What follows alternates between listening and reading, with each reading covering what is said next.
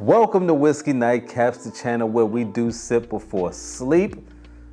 Sometimes we sip before sleep, then we wake up and we sip again, and I am your host, Jason Davis. And today we're looking at two expressions from the Dewar's whiskey family. But before we get into that, just want to say, hey, we know that the promotion came to a close on April 30th, and I just needed some time to make sure I had everybody's name entered and tallied, so we will be announcing the winner of the barrel proof cask strength sample pack from yours truly this week. So stick around when you see that next video get posted. We'll be right back.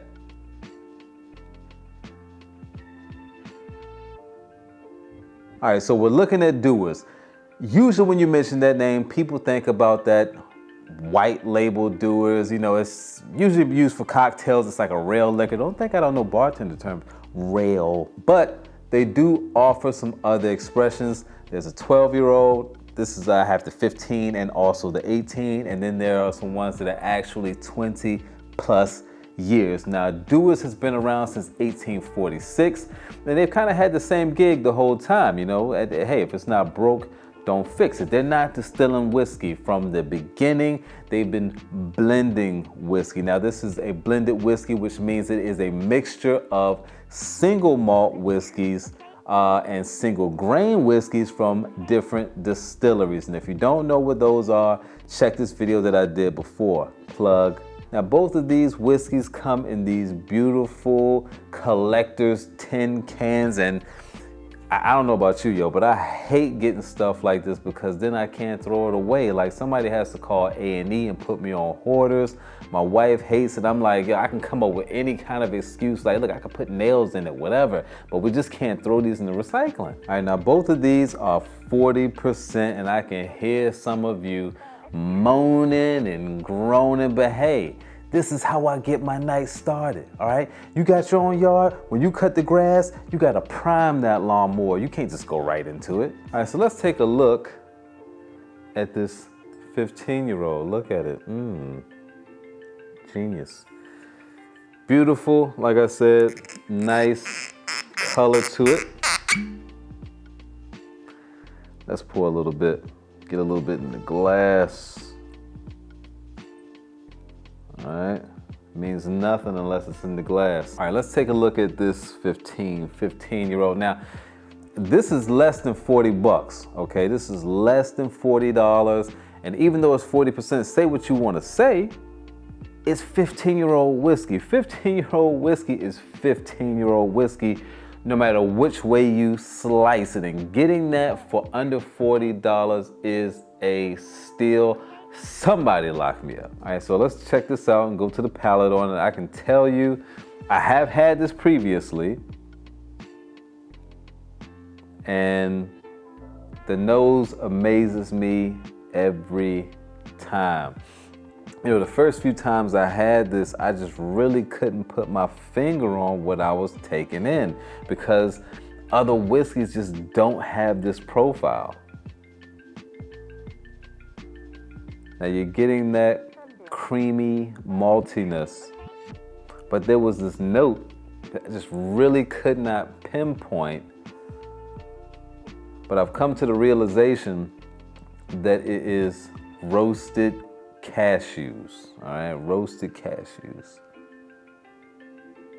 I mean, that bouquet is just beautiful. And like I said, even though it's 40%, and I know they've added a lot of water to it to proof it down to that point, it's still so potent, which is, I mean, if they did have a cask strength version, I don't know if it would be as good. Now, all of these are labeled as double aged, which means that they've been aged 2 times. Now, remember, like I said, these are different whiskeys from different distilleries. All right, so let's see how this joint is on the palate. Let's get in here. That roasted flavor is leading up front. It's right in the front, leading the march, okay? It's in the marching band. And right behind it, on drums, on the percussion, is that maltiness, followed by a, what do you call, like caramelized honey. Not bad. I left a little bit left, all right, so we can compare notes later with a second sip. But before, let's go into this 18-year-old. You know, I love the way this bottle looks, and it has a really nice, solid, wide top.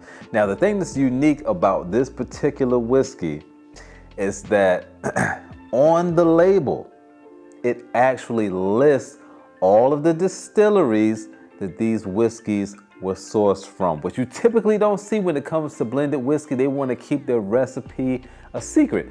Well understood why you would want to do that, so people could not emulate your whiskey, but for us as the consumer, it's an interesting fact to see those distilleries labeled outright. So on the label, it says that the whiskeys in this bottle that came from the Highland region are Aberfeldy, Macduff, and Royal Brackla. And then there are space-sized single malt Scotch whiskeys in here. Craigellachie and Altmore. Nothing in here less than 18 years old. After they've aged for that minimum of 18 years, they mix those whiskeys together or blend those whiskeys together for a period of months before bottling. All right, so let's see what we have here. Because what we have here is a failure to communicate. 18-year-old whiskey in this glass. This retails for about 60 bucks, which, I mean, when you think about it, it's still not a bad deal for 18-year-old whiskey. $60, not bad. Typically, you buy a 12-year-old bottle of Scotch and it runs you about 80, 90 bucks.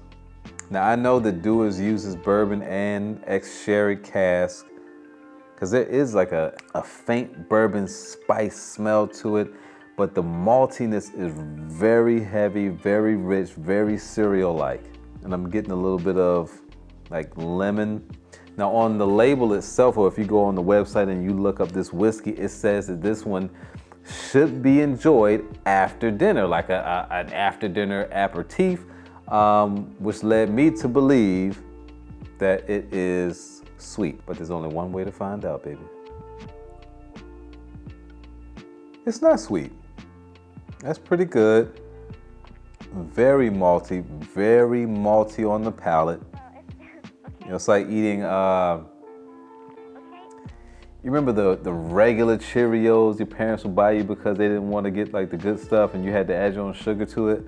It's like that. Not a lot of complexity to it in layers. Like I said, that maltiness is very dominant, punching through the walls, okay? But that's enjoyable for me. I don't know about you. All right, so let's go back in for a second round.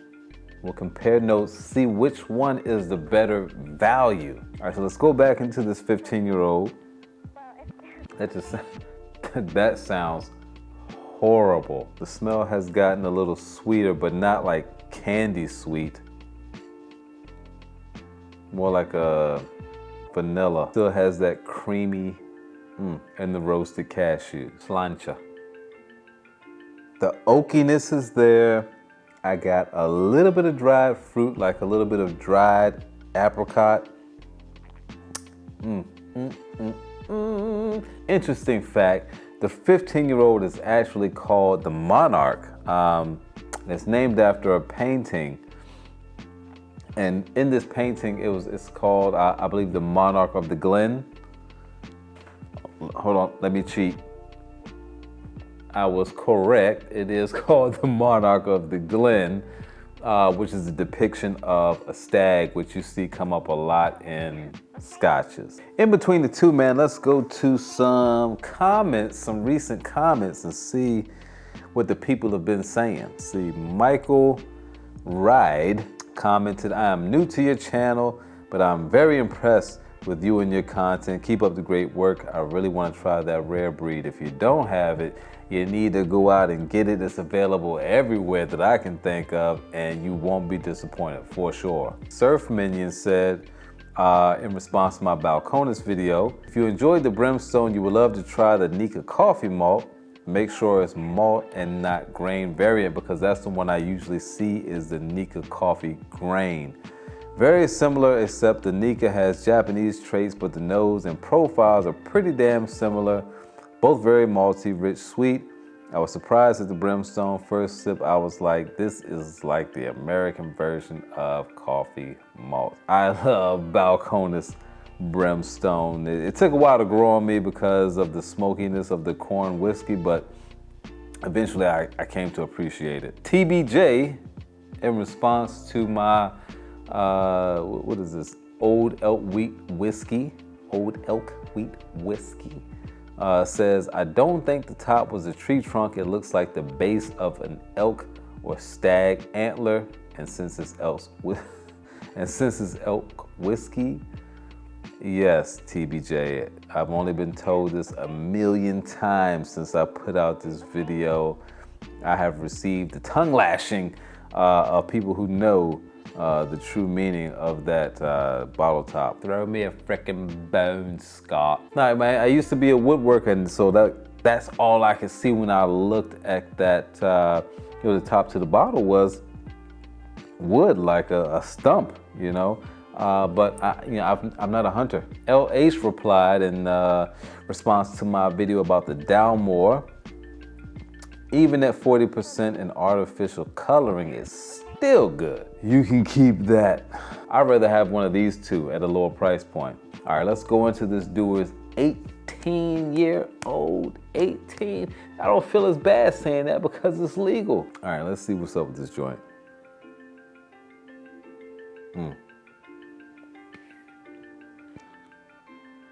Again, the maltiness, like it just smacks you dead in the face. Like, I don't know if you've ever actually seen someone get smacked, but I mean like smacked. That's what this is doing. And this is at 40%. Keep that in mind. That honey is still floating like right over top of the maltiness, a little bit of oakiness, but not much more to it. Okay, we're not gonna start making up stuff on this channel. That's what I get, that's it. All right, let's see. I'm getting a little bit of that roasted cashew on this. Maybe that's their thing. I don't know. I haven't been deep into the Dewar's catalog, okay? Sue me. Throw me a frickin' bone, Scott. Still good. Still heavy on the malt as well. Not much has changed. So if I have to choose, okay, let's back up for 1 second. Are either one of these bad? No. Okay, they're both fine whiskeys.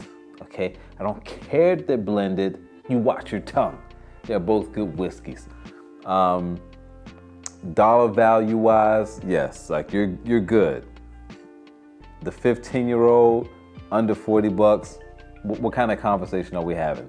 18-year-old, 60 bucks, again, what kind of conversation are we having? If we're saying we're not tossing out either one of these, then the question becomes, which one is the best? Because you can't have two whiskeys and not really compare them and put them up against each other in a grudge match, can you? And I know I didn't pose this or, post this as a competition because it wasn't. It's not like the Maker's Mark versus the 101 because these both come from the same family. I just wanted to have both of them with you guys and give you my notes. Oddly enough, you would think the older whiskey would be the better one. However, if I had to choose between the two, I have to go with the 12-year-old. The 12-year-old just has a better, more complex palate to it. And like I said, that roasted note, it came off right off the top. Very unique. Have not really experienced this with another whiskey, another Scotch so far. Not to say that I won't down the line, but as far as today is concerned, because that's all that matters, it is very unique. And it's under $40.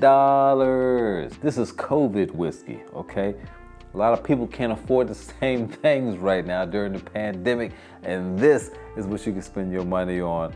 If this is your first time watching, please make sure you subscribe. Also, hit that notification bell. And for those of you that have already subscribed, please make sure that you have the notification bell clicked, because when I post these videos, some of you are not seeing them. You're already subscribed to a million other people, so my video gets pushed way down to the bottom, and I want to be all the way at the top. Whiskey Nightcaps out. I'll see you guys next time.